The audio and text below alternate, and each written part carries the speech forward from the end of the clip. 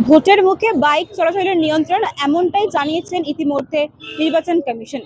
ভোটের দুদিন আগে থেকে এবং ভোটের দিন পর্যন্ত কোনো রকম বাইক চলাচল করানো যাবে না, এটাই জানিয়েছেন নির্বাচন কমিশন।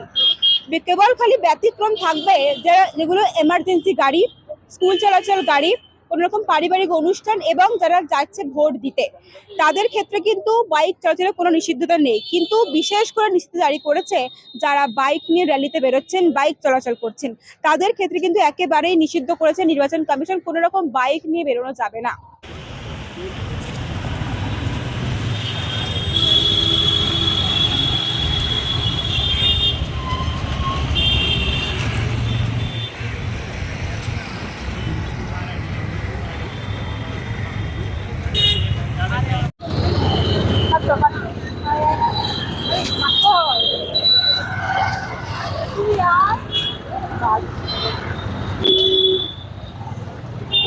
দাদা, এই যে নির্বাচনের জন্য গাড়ি চলাচল বন্ধ করে দিয়েছে, ভোটের দিন গাড়ি চালানো যাবে না বা দুদিন আগে থেকে গাড়ি চলাচল বন্ধ, কেমন সমস্যায় পড়বেন আপনারা?